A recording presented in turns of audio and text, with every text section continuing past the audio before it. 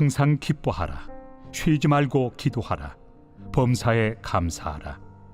이것이 그리스도 예수 안에서 너희를 향하신 하나님의 뜻이니라.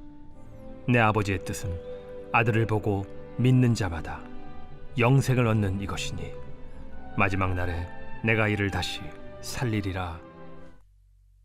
제가 예전에 인천 방주교회에 그 박보영 목사님이라는 분이 계시는데요.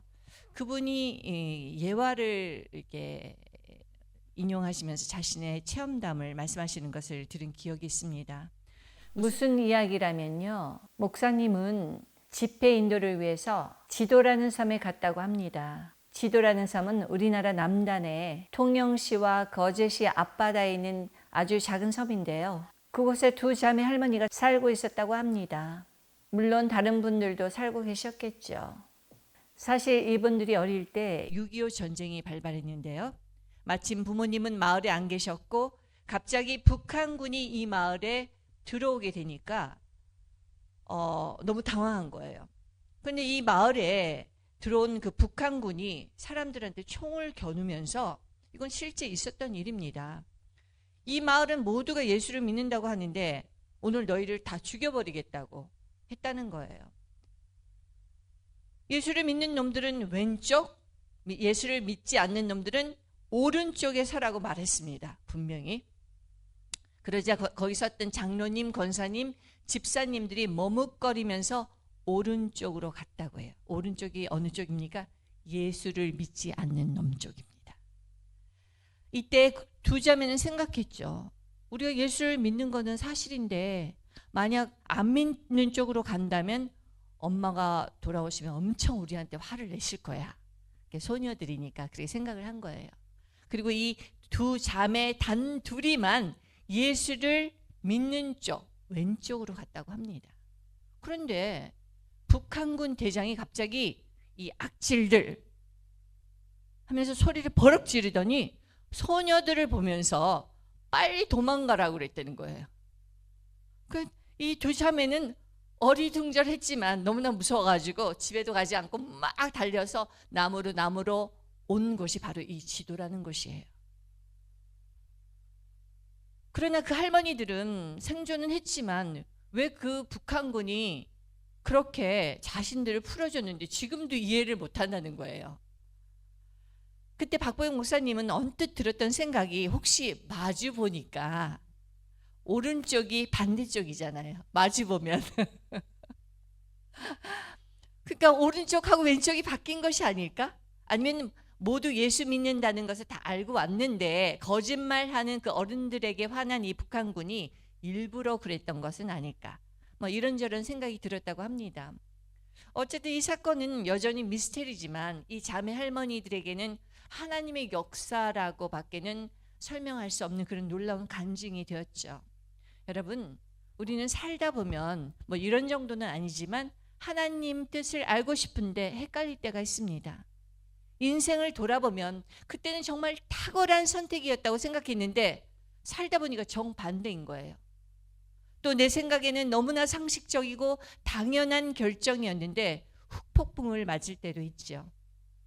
그러므로 이런저런 인생의 경험들을 통해서 우리 크리스찬들은 나보다 나를 더 잘 아시고 또 가장 선한 길로 인도해 주시는 하나님 아버지의 뜻에 맞는 선택과 결정을 해야만 후회 없는 인생, 그리고 행복하고 열매 맺는 인생을 살 수 있다는 믿음이 생겼기 때문에 말씀을 읽으면서도 또 기도를 하면서도 나를 향한 하나님의 뜻을 구하게 되는 것이죠.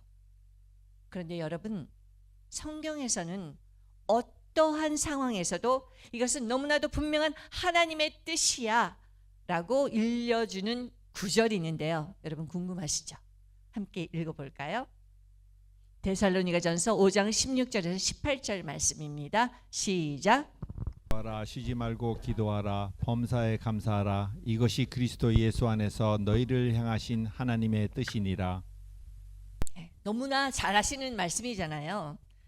이거야말로 너무나 확실한 하나님의 뜻을 나타내는 성경 구절이기 때문에 교회에서 올해의 성구로 정할 때 가장 많이 사용하는 구절 중에 하나이지요.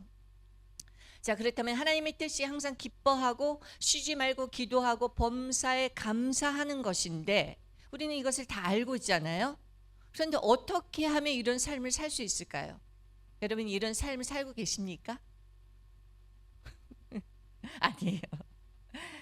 제가 이전에 일본 TV에서 그 웃음 치료, laughter therapy라는 것을 하는 것을 봤습니다. 정말 엄청난 나이 드신 막 얼굴에 주름이 가득한 노인분들을 다 모아놓고요. 강사가 억지로 웃게 하는 거예요. 그야말로 썩 쏘더라고요. 보는 저도 좀 괴롭더라고요. 막 안 웃기는데 막 웃으라고 하니까 막 울려고 하는 거예요. 그런데 여러분 놀라운 결과가 나왔습니다. 입꼬리를 조금이라도 올려서 미소 지을 때요.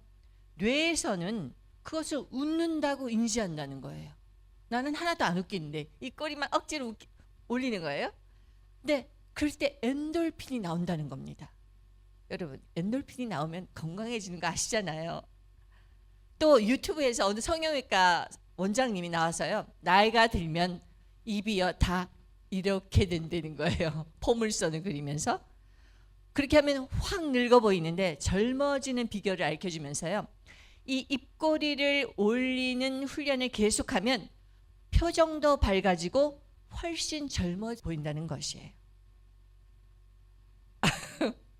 별로 놀라지 않은 표정인데요. 네, 이런 훈련을 하시고 계신다고 생각합니다. 이것은 또 하나는 UC, 그 캘리포니아 대학에서 한 실험인데요. 감사하다는 말과 행동을 일주일만 막 억지로 해도 감사합니다, 땡큐 땡큐 하면서 훈련을 해도 면역력이요 엄청나게 업된다는 거예요. 그리고 일의 능률도 좋아지고 인간관계도 좋아지면서 더 놀라운 것은요 신앙심도 좋아진다는 것입니다. 여러분 한번 해볼만 하죠. 오늘 팁을 드렸습니다. 이것을 집에 가서 해보시면요 여러분 10년은 젊어질 수 있는데요. 이런 훈련을요 15분만 하루에 하하하 웃으면요 이틀 장수한답니다. 놀라운 거 아니에요? 매일 15분만 하하하 웃으면요 이틀 곱하기 하면 되게 많아집니다. 그러니까 상황이 힘들고 환경이 어려워도 우리가 낙심할 수 있죠. 원망할 수 있습니다. 염려할 수 있습니다. 그러나 억지로라도 감사를 선택하고 억지로라도 웃으려고 하는 이 태도의 변화가 우리의 삶을 바꿔준다는 거예요. 저는 18년 전에 단기 선교를 위해서 1년간 일본에서 산 적이 있었는데 그때 우리 레나가 태어나기 전이어서 큰 딸을 데리고 일본에 갔던 적이 있습니다. 근데 선교 활동이 좀 진전이 되지 않았어요. 그래서 좀 좌절을 느끼면서 이 1년이 내가 뭐 허송세월을 하고 있나 하는 생각이 들었는데요. 그때 막 간절하게 기도했는데 그때 하나님이 들려주셨던 음성이 지금도 생생합니다. 하나님께서는 제가 막 하나님 이거 어떻게 하면 좋을까 그랬을 때 이렇게 해봐라 저렇게 해봐라 말씀하시지 않고 이런 말씀 하시더라고요. 나는 내가 그냥 기뻐하면서 즐겁게 살기를 원해. 이거 하나님 음성일까요? 저는 확신이 왔어요. 갑자기 제 눈이 확 열리면서 새로운 깨달음을 얻게 되었는데요. 만약 여러분의 자녀가요 여러분을 위해서 뭔가 해준다고 하면서 힘들어하고 원망 불평을 막 쏟아낸다면 여러분 괴롭지 않겠습니까?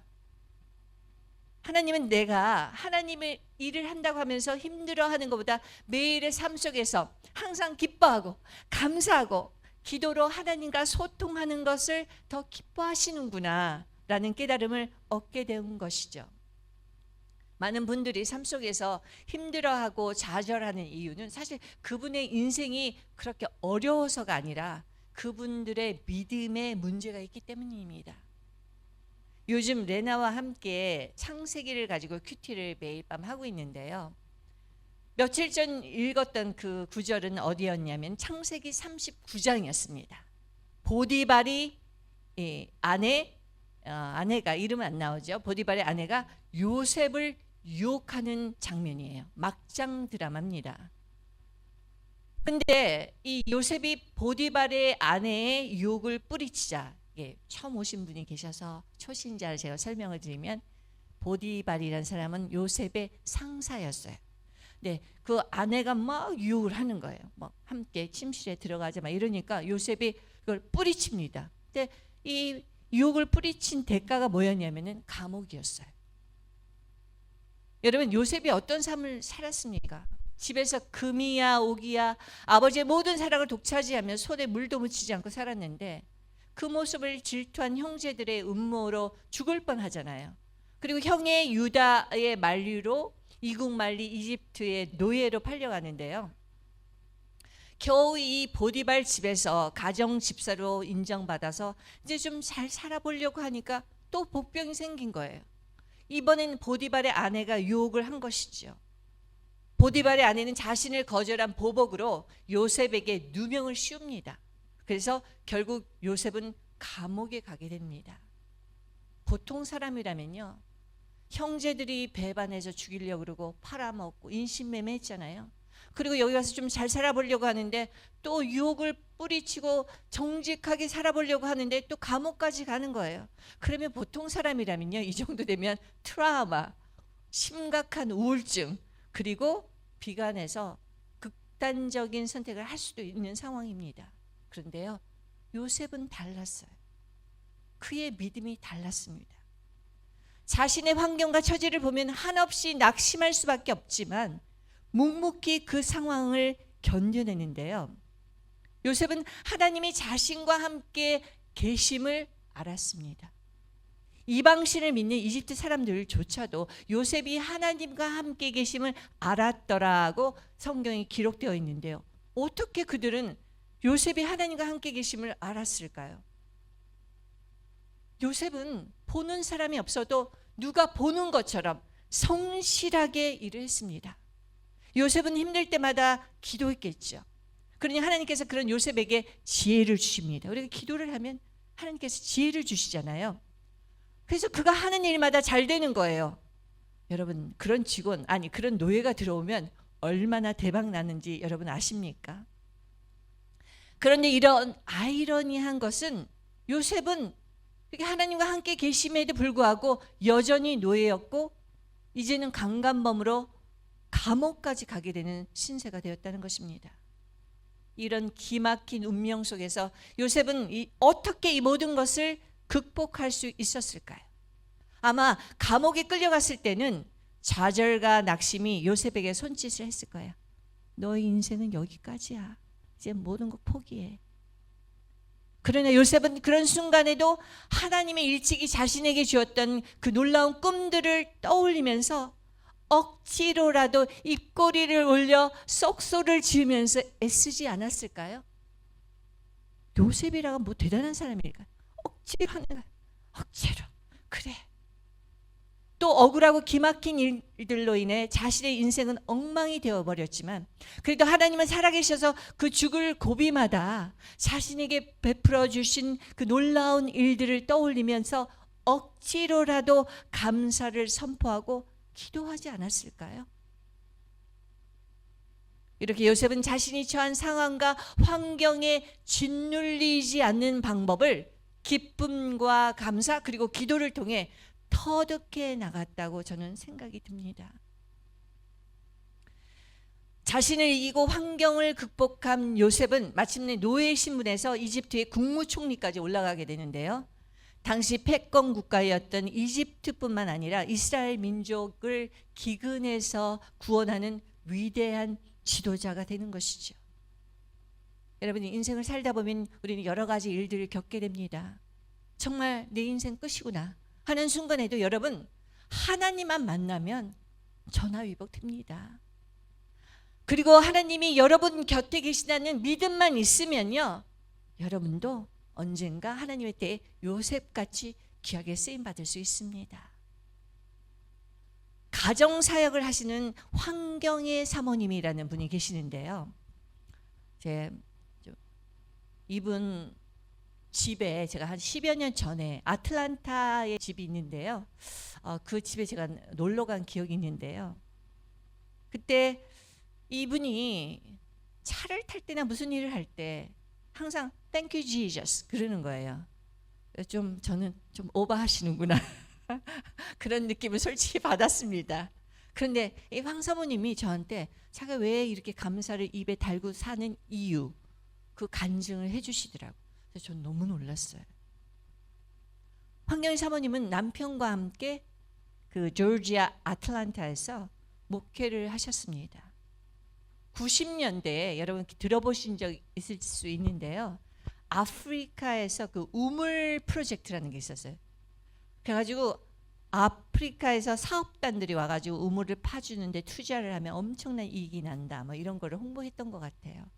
당시 교회에 건축하려고 모아둔 교회 건축 헌금, 그냥 이자만 불리기에 너무 아까워서 거기에 투자했다고 합니다.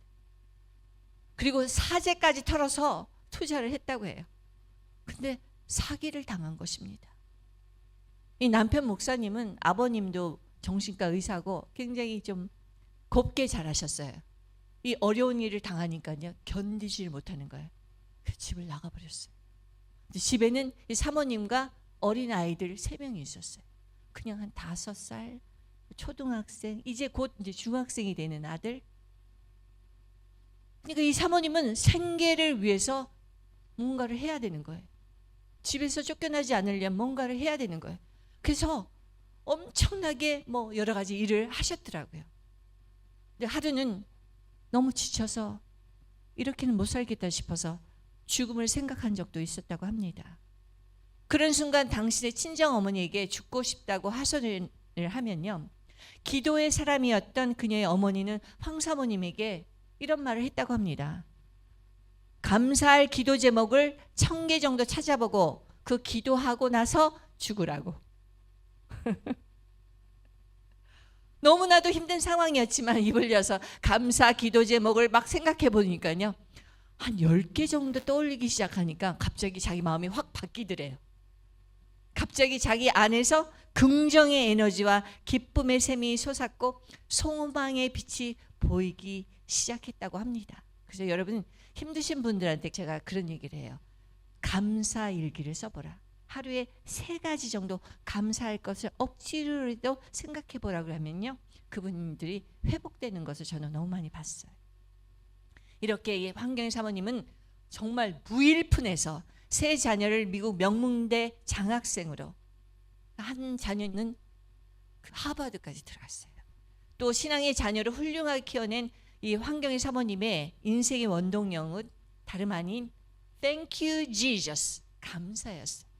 그래서 그냥 차를 타서 그냥 운전대 잡아도 Thank you Jesus, 그 내릴 때도 Thank you Jesus, 어디 갈 때도 Thank you Jesus. 와, it works. 여기서 매우 중요한 사실을 하나 발견할 수 있는데요, 항상 기뻐하고 범사에 감사하는 삶은 사실 그냥 되는 것은 아닙니다. 기도할 때 가능해진다는 사실입니다. 그래서 데살로니가전서 5장 17절 말씀에 항상 기뻐하라, 그리고 범사에 감사하라 사이에 쉬지 말고 기도하라를 넣으신 거죠. 그런데 여러분, 아무리 기도가 중요해도요, 여러분 쉬지 않고 기도할 수 있습니까? 집사님, 그렇게 하실 수 있을까요? 벌써 정답 말씀하시면 안 되는데 밥도 안 먹고, 저는 맨 처음에 그렇게 생각해요. 밥도 안 먹고 일도 안 하고 뭐 수도원 가서 기도만 하라는 건가? 저는 이런 의문이 들 때가 있더라고요. 그런데 저와 같이 이 말씀에 의문을 제기한 청년이 또 하나 있었는데요. 그 청년은 19세기 러시아에 살고 있었던 청년입니다. 그 청년에 대한 이야기는 순례자의 길, The Way of Pilgrim 이라는 책이 나오는데요. 19세기 중엽을 살았던 이 무명의 청년이 어떤 이유였는지 엄청나게 영적으로 갈급했다고 합니다. 기도하지 않으면 죽을 것 같아. 뭐 큰 트라우마가 있었는지 어떤 문제가 있었겠죠.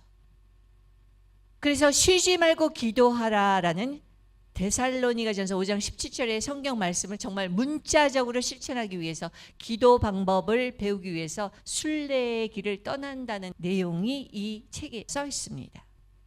그러던 중 어느 스승에게서 기도를 배우게 되는데요. 그것이 바로 이 예수 기도였습니다. 이건 카톨릭에서도 많이 하는 기도인데요. 우리 한번 함께 읽어볼까요? 주 예수 그리스도 하나님의 아들이시여 죄인인 나를 불쌍히 여기소서. Lord Jesus Christ, Son of God, have mercy on me, a sinner. 이게 네 구절인데요. 들숨과 날숨을 쉬어가면서 그냥 이 말씀을 계속하는 거예요. 사실 제가 오늘 아침에 엄청 컨디션이 안 좋았어요. 그래서 일어나지 못하겠는 거예요. 근데 한 10분 정도 시간이 남았더라고요. 그래서 누워서 이 기도를 계속했어요. 근데 갑자기 새 힘이 솟는 것을 제가 느꼈습니다. 사실 우리가 기도가 여러 가지 기도가 있지만 정말 예수님을 바라보고 하나님을 바라보면서 내가 죄인임을 인정하면서 나를 불쌍히 여겨주세요. 그 기도가 가장 강력한 기도가 될 수 있다는 것이죠. 그래서 이 기도를 호흡에 실어 기도하기 때문에 일명 호흡기도라고도 하는데요. 이 청년은 처음에는 하루에 3,000번 했다고 합니다. 그 다음 날은 6,000번. 이렇게 숨을 쉬듯이 이 기도를 그냥 다니면서 걸어 다니면서도 일을 하면서도 설거지를 하면서도 계속 이 기도를 한 거예요. 여러분 걸어 다니면서 또 설거지하면서 또 유튜브 보십니까? 걸어 다니면서 설거지하면서 이 기도를 한번 해보세요. 여러분의 영적인 세계가 변화가 됩니다. 마음이 변화가 됩니다. 그런데 이렇게 기도를 하게 되자 나타난 그 영적인 변화를 이렇게 기록하고 있습니다. 예수 그리스도께 끊임없이 기도하는 가운데 내 영혼은 완전한 평화를 누릴 수 있었습니다. 배가 고플 때, 아플 때도, 두려울 때도, 심지어 주변 사람들에게 괴롭힘을 당할 때도 예수를 바라보며 이 기도를 하고 있으면 내 안의 분노는 어느새 사라집니다. 아멘. 정말 요즘 분노 조절 장애가 있는 사람들이 미국에도 많지만 한국에 엄청 많습니다. 제가 저번에 한국에 가서 택시를 탔는데요. 미국이 살기 좋습니까? 기사님이 물어보시더라고요. 그래서 좋긴 한데요. 총기 난사가 너무 무서워요. 미국이니까 그 정도지요. 만약에 한국에서 총기를 규제하지 않았더라면요. 아마 여기 전쟁터를 다 몰살당했을걸요. 그런 얘기를 하는 거예요. 그래서 저도 한 번도 그런 생각을 해본 적이 없었는데 어머 그렇구나. 이 분노 장애 조절이 안 되는 사람이 미국 사람들보다 더 많겠구나. 미국 사람들 참 평화롭고 느긋하잖아요. 근데 갑자기 총을 드는데 한국 사람들은 진짜 심각해지겠구나 하는 생각이 들었던 적이 있습니다. 그렇습니다. 이 기도를 하면요. 여러분 힘들 때 제가 그냥 말씀드리는 게 아니라 힘들 때 이 기도를 기억하십시오. 내가 너무 불안하고 속상하고 막 안정이 안 될 때 이 기도를 해보세요. 주 예수 그리스도시여. 한번 숨 쉬고 deep breath. 하나님의 아들이시여. deep breath. 죄인인 나를 deep breath. 불쌍히 여기소서. 이 기도를 몇 번만 하면요. 여러분이 평화를 누리게 될 것입니다. 아멘이십니까? 여러분 가슴이 답답할 때 여러분 심호흡하잖아요. 그와 같이 호흡을 통해서 내 안에 있는 근심, 염려, 두려움, 부정적인 생각과 감정을 내보낼 수 있다는 것입니다. 그리고 나서 하나님, 주님 오시옵소서 이렇게 기도하면 이 예수 기도를 통해서 기도하기 시작하면 하나님의 영이 우리에게 오셔요. 하나님의 영은 평안의 영이고 기쁨의 영이고 감사의 영이고 자유함의 영입니다. 아멘이십니까? 그러니까 우리 안에 것을 빨리 내보내야 되는 거예요. 그래서 이 기도를 지속적으로 하면요. 놀라운 것은 사실 잡념이 사라져요. 생각이 명료해져요. 영적 집중력도 생기고 성령 충만함을 경험할 수 있게 되는 것입니다. 그래서 제가 잠시 시간을 내서요. 우리 여기서 연습을 해볼까 합니다. 우리 숫자도 얼마 되지 않는데 자유롭게 하겠습니다. 잠깐 우리 눈을 감고요. 여러분 살아가시면서 나도 예기치 않은 일들이 일어나잖아요. 이상한 손님들이 나타나기 시작하고 이상한 환자들이 나타나기 시작하고 또 집에 들어가니까 아이가 속을 새기기 시작하고 또 드라마를 볼 때 갑자기 옛날 생각이 나서 막 분노가 치밀 때도 있지 않습니까? 그럴 때 말하고 또 옆 사람에게 자기의 감정을 토로하면은 이제 분란이 일어나게 되는 것이죠. 그러니까 이럴 때는 크게 숨을 쉬십시오. 들숨 쉬고 날숨. 다시 한번 크게 들숨 날숨. 주님 오시옵소서 하고 마시고 주 예수 그리스도 하나님의 아들이시여 죄인인 나를 불쌍히 여기소서 기도하는 거예요. 다 같이 해보겠습니다. 주 예수 그리스도 하나님의 아들이시여 죄인인 나를 불쌍히 여기소서. 주님 불쌍히 여겨 주시옵소서. 다시 한번 크게 주 예수 그리스도 하나님의 아들이시여 죄인인 나를 불쌍히 여기소서. 크게 심호흡하겠습니다. 크게 들이마시고 내쉬세요. 크게 들이마시고 이 시간 주님 오시옵소서. 평강의 영으로 오시옵소서. 들이마시고 사랑의 영으로 오시옵소서. 들이마시고 기쁨의 영으로 오시옵소서. 자유함의 영으로 오시옵소서. 주님 나에게 임재하여 주시고 다스려 주시고 은혜의 은혜를 더하여 주시기 간절히 바라고 원합나이다. 내 안에 있는 모든 분노는 떠나가고 내 안에 있는 모든 미움과 슬픔은 떠나갈지어다. 나사렛 예수 그리스도의 이름으로 명하니 내 안에 있는 모든 부정적인 감정은 떠나갈지어다. 예수의 피로 예수의 피로 예수의 피로 예수. 십자가의 보혈로 덮어주시고 기름 부어주시고 안수하여 주시옵소서. 이 모든 말씀 우리 구주 예수 그리스도의 이름으로 기도드렸사옵나이다. 아멘. 네. 여러분 이 기도를 잠깐만 5분이라도 하세요. 시간이 없으면 화장실에도 하시면 돼요. 두 번째로 확실하게 하나님의 뜻이라고 분별할 수 있는 성경 구절을 살펴보고 싶은데요. 이 말씀입니다. 요한복음 6장 40절 말씀 함께 읽어볼까요? 시작. 내 아버지의 뜻은 아들을 보고 믿는 자마다 영생을 얻는 이것이니 마지막 날에 내가 이를 다시 살리리라 하시니라. 아멘. 그렇습니다. 우리를 향한 하나님의 분명한 뜻은 우리 모두가 자신의 아들 예수 그리스도를 믿음으로 얻게 되는 그 영생. 영생이 뭘까요? 하나님의 영원한 생명이잖아요. 그것을 얻기 원하신다는 거예요. 영원한 생명은 다시 말해서 성령을 말하는 것입니다. 여러분, 우리는 언젠가 다 이 세상을 떠나게 됩니다. 반드시 이 순서대로 가는 것도 아니죠. 그러나 그 순간은 누구에게나 찾아옵니다. 그런 두려운 순간에도 하나님이 그 영원한 생명 성령을 받은 자들은 이 세상을 떠나는 그 마지막 날에 영원한 멸망이 아니라 천국에서 다시 눈뜨게 해주신다는 것입니다. 이것이 우리가 말하는 구원이죠. 정말 한 30여 년 전인데요. 예전에 저희 시댁분들이 시애틀에서 살았습니다. 그때 제가 30여 년 전 첫 아들을 임신해서 제가 시댁에서 이제 있었는데요. 정말 그때는 저는 초신자였고 교회에 나간 지 얼마 안 됐던 시기였습니다.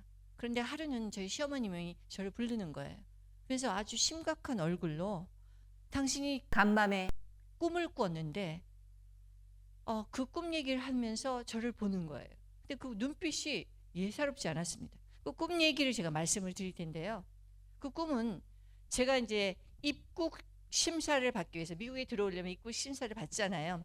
줄을 서 있는데 보통 US citizen 그리고 비지터로 나눠져 있잖아요. 근데 우리 어머님이 이렇게 밖에서 보니까 그 US citizen하고 비지터가 아니라 천국, 지옥으로 써 있더라는 거예요. 근데 여러분 이게 좀 실감이 안 나겠지만 예전에 시애틀, 지금 공항 말고요. 예전에 시애틀 공항은요. 너무 재밌는 게 이미그레이션 그 하는 장면이요. 밖에서 다 보여요. 그래서 이미그레이션 앞에서 딱 서 있는데 밖에서 막 손을 흔들어요. 나 기다리고 있다. 근데 문제는 추방당하는 케이스는요. 보고 있는데 추방을 당하는 거예요. 그건 좀 더 안타깝더라고요. 안 보이는 게 낫지. 근데 이 어머님이 제가 저기 서 있는데 천국행 지옥행이라고 써 있는데 제가 어디 서 있었게요? 제가 지옥행에 서 있더라는 거예요. 제가 일부러 그런 거 아니에요. 꿈에서 그러셨다고요. 그래서 꿈에서 어머님이 너무 안타까우니까 아가 저를 아가라 그랬거든요. 늙었는데도 아가라 그러셨어요. 근데 아가야 거기가 아니고 이쪽이다. 어머니 막 손을 흔들면서 얘기를 했는데 제가 들려야죠. 안 들리니까 저는 여전히 지옥행에 다 줄을 서서 가지고 심사를 받으려고 서 있더라는 거예요. 꿈이었지만 그 이야기를 전하신 저희 어머님의 표정이 너무 절박하신 거예요. 사실 저는 그냥 교회에 정말 다닌 지 몇 개월 안 되던 시절이었잖아요. 그 꿈 얘기를 듣기 전에는 저는 지옥이나 천국에 대해서 한 번도 생각해 본 적이 없었어요. 근데 그때 그 우리 시어머니의 그 얼굴을 보니까 나 지옥 갈 수도 있겠구나 하는 생각이 드니까요. 정말 그때부터 간절하게 기도했어요. 뭔지 모르겠지만 하나님 저 지옥 가지 않게 해주세요. 하나님 살아계시면 저 좀 만나주세요. 하나님을 만나야 지옥이고 천국이고 있잖아요.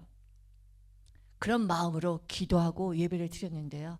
얼마 안 돼서 제가 하나님을 만났습니다. 엄청나게 진하게 만나서 제가 목사까지 됐잖아요. 그런데 여러분 하나님께서는 우리가 이렇게 하나님을 진하게 간절하게 절박하게 찾기를 원하세요. 하나님 계시겠지. 이래도 좋고 저래도 좋고 그런 마음으로 예배드릴 때는 하나님을 만날 수 없다는 것입니다. 마태복음 7장 7절 11절 말씀 한번 읽어볼까요? 시작. 구하라 그리하면 너에게 주실 것이요 찾으라 그리하면 찾아낼 것이요 문을 두드리라 그리하면 너에게 열릴 것이니 구하는 이마다 받을 것이요 찾는 이는 찾아낼 것이요 두드리는 이에게는 열릴 것이니라. 너희 중에 누가 아들이 떡을 달라 하는데 돌을 주며 생선을 달라 하는데 뱀을 줄 사람이 있겠느냐. 너희가 악한 자라도 좋은 것으로 자식에게 줄 알거든 하물며 하늘에 계신 너희 아버지께서 구하는 자에게 좋은 것으로 주시지 않겠느냐. 아멘. 정말 조폭 영화를 보면은 조폭이 어떤 마음에 들지 않는 사람이 딱 오면은 요즘엔 너무 잔인한 영화들이 많잖아요. 그 자리에서 총을 쏴서 죽이는데 자기 아이는 공격을 당할 때 엄청나게 보호하는 그 장면을 보면서 좀 아이러니하다. 그런데 이게 바로 부모의 심정이라는 거죠. 아무리 조폭 부모라도 자기 자식에게는 좋은 걸 주고 싶은 거예요. 하물며 좋으신 하나님 아버지께서 여러분이 구할 때 안 주시겠습니까? 사실 기도 제목을 가지고 정말 구하고 두드리고 찾으면 하나님께서는 주시기도 해요. 근데 어떨 때는 안 주시기도 해요. 왜냐하면 이거 주면 얘한테 독이 될 수도 있기 때문에. 그러나 우리가 하나님 만나고 싶어요. 성령을 주세요. 이렇게 기도하면요 100% 주신다는 겁니다. 아멘이십니까? 여러분 그렇게 구하고 계십니까? 저 초신자 때 우리 어머님이 이런 얘기해서도 그렇지만 구하니까 하나님 만나주시고 또 구하니까 성령을 주시고 또 구하니까 방언을 주시고 진짜 제가 너무 신명났어요. 근데 옆에 분들은요 잘 안 구하시더라고요. 전 엄청나게 구했어요. 물론 돈 달라 이거 달라 이런 물질적인 거는 별로 생각을 못 했는데 정말 이런 것들 하나님께서 금방금방 주신다는 것을 제가 경험했습니다. 하나님을 만나고 싶어요. 구하고 찾고 두드리기만 하면 모두 다 만나 주실 준비를 하고 계신 하나님인데 우리가 구하지 않기 때문에 만나 주실 수가 없다는 것이죠. 그러므로 우리는 하나님의 나라 또 영원한 하나님의 생명인 성령을 사모하고 또 받기를 구해야 합니다. 이렇게 하나님 나라를 갈망하는 사람들에게는 배에서 생수의 강이 터져요. 항상 기쁨이 솟아올라요. 그리고 자기가 누리고 있는 그 놀라운 하나님 나라, 내가 바라보는 그 천국, 그것을 사람들한테 소개하고 싶어서 이렇게 제가 곽 원장님한테도 이렇게 얘기하고 전도해서 여기까지 오셨습니다. 그것이 바로 전도고 선교인 거죠. 왜냐하면 어차피 우리 교회가 시작한 지 얼마 안 돼서 사람이 없습니다. 그런데 여기 채우는 게 중요한 게 아니라 천국의 자리를 정말 초청하고 싶은 거예요. 하나님께서 우리 사랑하는 우리 성도님들을 너무 사랑하고 만나고 싶고 또 구원해 주시기 원하기 때문에 제가 전도하고 또 선교도 하는 것이죠. 여러분, 우리가 살다 보면 유난히 피곤하고 지치는 날이 있죠. 그래서 터벅터벅 걸어갑니다. 빨리 집에 가야지. 그러나 우리가 아무리 힘들고 배고프고 지쳐도 돌아갈 곳이 있는 사람들은 안심이 되고 행복하잖아요. 집이 있는 사람들은. 그러나 갈 집이 없는 사람은 어떨까요? 우리가 홈레스를 보면 마음이 짠해지는 이유가 이제 해가 뉘엿뉘엿 지어가는데 이 사람은 도대체 어디로 갈까? 그런 생각을 하기 때문에 우리가 마음이 짠해지는 건데요. 그들은 돌아갈 집이 없기 때문이죠.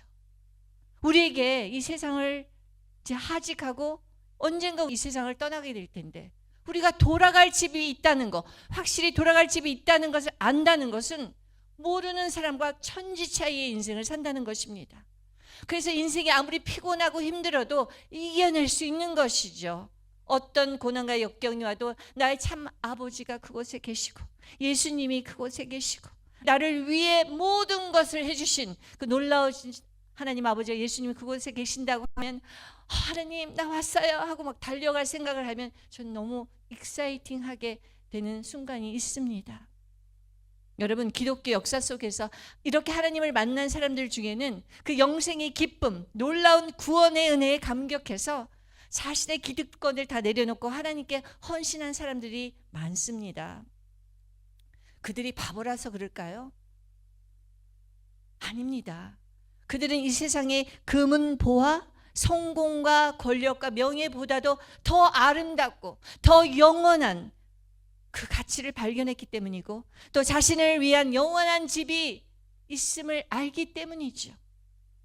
그래서 그들은 모든 사람이 영생을 받아 멸망하지 않고 구원받기를 원하는 하나님의 마음을 알기 때문에 자기 것을 내려놓고 사람들에게 전도하기 위해서 선교하기 위해서 길을 떠난 것이죠. 여러분, 데이비드 리빙스턴이라는 선교사 들어보셨습니까? 150년 전에 살았던 분이신데요. 스코틀랜드 선교사였던 이분은 그의 말년에 아프리카 잠비아의 깊은 밀림 속에서 연락이 끊어지고 말았습니다. 지금과 같은 시대가 아니니까요. 편지가 끊어지면 죽었나 하는 그런 시대였죠. 그래서 이분은 워낙 유명하셨던 분이라 1871년에 그 영국 여왕의 명령으로 탐험가이자 선교사인 헨리 스탠리가 이 리빙스턴 선교사를 찾아내기 위해서 아프리카로 들어갑니다. 그래서 1년 만에 겨우 밀림에서 이분을 찾게 되는데요. 이분은 병에 걸려서 앓고 있었다고 합니다. 식료품도 떨어지고 의약품도 다 떨어진 채 그는 심한 열병을 앓고 있었죠. 그런 리빙스턴 선교사에게 이 스탠리 선교사가 간절히 권면을 했습니다. 선교사님, 아프리카 복음 사역을 위해서 벌써 30년간 헌신해 오셨으니까 이제 그만하시고 저와 함께 본국으로 돌아가시는 것이 어떻겠습니까? 여왕님도 선교사님을 기다리고 있습니다. 그 말을 듣던 리빙스턴은 그 유명한 말을 남깁니다. 아닙니다. 저에게 있어서 아프리카의 선교 사역은 헌신이 아니고 오히려 하나님께서 저에게 주신 큰 축복입니다. 저는 하나님께서 내게 맡기신 이 영광스러운 일을 생각할 때마다 가슴이 벅차서 견딜 수가 없습니다. 그로부터 약 1년이 지난 1873년 5월 1일에 리빙스턴은 침대 곁에서 무릎을 꿇고 두 손을 깍지 낀 채 하나님께 기도하는 모습으로 고요히 숨을 거두죠. 여러분, 사실 이 데이비드 리빙스턴 선교사님은요, 의사였어요. 그리고 그의 형 존 리빙스턴도 의사였죠. 동생 데이비드 리빙스턴이 하나님을 깊게 만나서 선교사로 헌신하겠다고 하니까 동생을 만류하면서 이제 자기와 함께 졸업하고 영국에서 개업하자고 지속적으로 설득을 합니다. 그래도 동생이 뜻을 굽히지 않자 형 존은 이런 말을 합니다. 그래, 너는 내 자신의 소원대로 그 정글의 미개인들 속에서 네 인생을 매장하겠지. 그러나 나는 이곳 영국에서 이름난 의사가 될 거야. 형은 자신의 말대로 정말 의사로서 성공을 했습니다. 그러나 동생 데이비드 리빙스턴은 남아프리카 지역에서 질병과 싸우며 엄청난 고생을 했죠. 그러나 150년이 지난 오늘날 이 두 사람 중 정말 과연 누가 성공했나를 비교해 보는 것은 좀 흥미로운 일입니다. 확실히 성공이 보장된 개업 의사의 자리를 박차고 남아프리카로 간 리빙스턴은 그에 대한 업적이 브리테니카 그 영국 백과사전에 아주 빼곡히 14줄 넘게 써 있습니다. 그런데 그의 형 존은 겨우 한 줄이더라고요. He is the brother of David Livingstone. 데이비드 리빙스턴의 형. 이런 걸 보면서 정말 하나님 눈에 정말 가치 있는 일이 무엇일까? 정말 인류를 위해서 헌신하는 일이 무엇일까 하는 생각이 듭니다. 저도 사실 우리 딸이 좀 명문대에 들어갔을 때 이 소원을 가지고 기도를 했어요. 정말 하나님께 영광 돌리고 이 인류를 위해서 공헌할 수 있는 일을 했으면 좋겠다. 그래서 정말 유엔에 들어갔으면 좋겠고 정말 이런 기관 같은 데 들어가서 정말 아프리카나 고아나 이런 사람들을 위해서 좀 헌신하는 일을 했으면 좋겠다고 생각했는데 아직은 지금 이루어지지 않고 있었어요. 그냥 계속 기도하고 있습니다. 저와 임문우 목사도 리타이어하고 미국에 온 이유는 오랫동안 떨어져 있었던 그 큰 아이들과 결혼하기 전에 함께하는 시간을 좀 갖기 위해서 왔었는데요. 또 30년간 병원에 묶여서만 살았던 임 목사는 이제 여유를 갖고 우리 골프도 치고 여행도 하자 하는 생각이 왔습니다. 솔직히 말씀을 드리면. 그런데 우리가 이제 여기저기 다녀보면서 여행을 하는데요. 우리 임 목사가 이런 얘기를 하더라고요. 산을 보면서 그 산이 그 산이요. 그 바다가 그 바다요. 진짜 캘리포니아는 바다가 똑같아요. 해안가가 모양이 비슷하죠. 좀 아닐 수도 있겠죠. 낚시 잡는 곳은 좀 다를 수가 있겠지만 그런데 그 얘기를 하면서 우리는 하나님의 일을 할 때 정말 한 사람에게 복음을 전해서 그 사람이 하나님 만나서 인생이 바꿔질 때 그때 그것을 보는 게 제일 기쁘다. 이런 결론이 나오더라고요. 그리고 저희 집에서 기도회를 시작했을 때 성령의 역사, 부흥의 역사가 좀 일어나기 시작해서 많은 사람들이 회복되고 치유됐는데요. 또 하나님께서 교회를 시작하라고 했을 때 정말 교회를 시작해야 되나 말아야 되나 정말 고민을 많이 했습니다. 그런데 하나님께서 하루는 이런 말씀을 하시더라고요. 너 하늘에 상급 쌓을 시간 별로 많이 없단다. 저 그 얘기 듣고요. 좀 웃음이 나오기도 했지만 맞아. 이제 나이가 너무 들어버리면 상급 쌓을 시간도 없겠구나 하는 생각이 들더라고요. 여러분, 세상에 많은 사람들은 자신에게 가장 중요하고 가치 있다고 생각하는 것을 위해서 자신의 시간과 에너지를 다 몰빵합니다. 그러나 우리가 그토록 애지중지하는 것들이 정말 하나님 나라, 영원한 세계에서는 어떻게 비추어질까? 우리는 항상 염두에 두면서 살아야 해요. 오늘 말씀을 통해서 우리를 향한 하나님의 분명한 두 가지 뜻을 우리는 확인했습니다. 첫 번째로 우리가 영생을 얻어 구원받는 것을 하나님은 제일 원하시고 계시고, 두 번째로 하나님은 삶 속에서 우리가 정말 절망하거나 낙심하거나 두려워하는 것이 아니라 하나님이 함께 계심을 바라보며 우리가 항상 기뻐하고 또 기도에 힘쓰며 모든 일에 감사하며 살기를 원한다는 것을 우리가 알았습니다. 이제 알았잖아요. 그게 어려운 게 아니에요. 우리가 구원받았으니 주위의 사람들한테 구원받지 못한 사람들 영혼에게 복음을 전하면 되고, 또 우리가 우리 삶 속에서 힘들고 어려워도 기뻐하는, 입꼬리를 올리면서 기뻐하는 거예요. 감사를 선포하고, 그리고 힘들 때 기도할 때 우리의 영혼은 새로워지면서, 여러분의 가정이 새로워지면서, 여러분 주위가 새로워지면서 놀라운 하나님의 은혜의 빛 가운데 들어가게 된다는 사실을 기억하시기 바랍니다. 오늘 말씀을 좀 가지고 우리 기도하는 시간을 가졌으면 좋겠습니다. 여러분 중에는 신앙의 연륜이 다 조금 다르기 때문에 구원의 확신을 가지고 사시는 분들 계시지만, 정말 하나님의 오늘이라도 정말 세상에 별의별 일들이 일어나잖아요. 여러분을 부르신다면, 오늘 나는 하나님이 부르신다면 제 천국에 갈 수 있을까? 하나님 앞에 설 수 있을까? 확신이 없는 분도 계실 겁니다. 하나님은 상한 갈대를 꺾지 아니하시며 꺼져가는 등불을 끄지 아니하시는 정말 사랑과 긍휼이 많으신 분이십니다. 나에게 나와, 나를 찾아봐. 그럼 내가 너를 만나줄게. 힘들고 외롭고 슬픈 이 세상에서 너 혼자 사는 것이 아니야. 내가 너와 함께 있어. 이렇게 말씀하시는 주님의 음성을 듣고 제가 정말 그때 뭣도 모르고 지옥 그 라인에 서 있어서, 하나님 저 만나주세요. 저 지옥 가기 싫어요. 이렇게 어린 나이처럼 구했던 그 기도처럼 여러분도 하나님께 그 기도를 올렸으면 좋겠습니다. 하나님, 정말 구원의 확신이 있다면 정말 하나님의 상급을 살 수 있는 시간 얼마 남지 않았으니 주여 도와주시옵소서. 이렇게 기도하시고요. 또 확신이 없으신 분 주님 만나 주시옵소서. 하나님 아버지, 나에게 성령을 주시고 영생의 확신을 주시옵소서. 이렇게 기도하는 시간 갖기 원합니다. 주여 3번 부르면서 기도하며 나가겠습니다. 이제 두 번째로 기도를 올리겠는데요.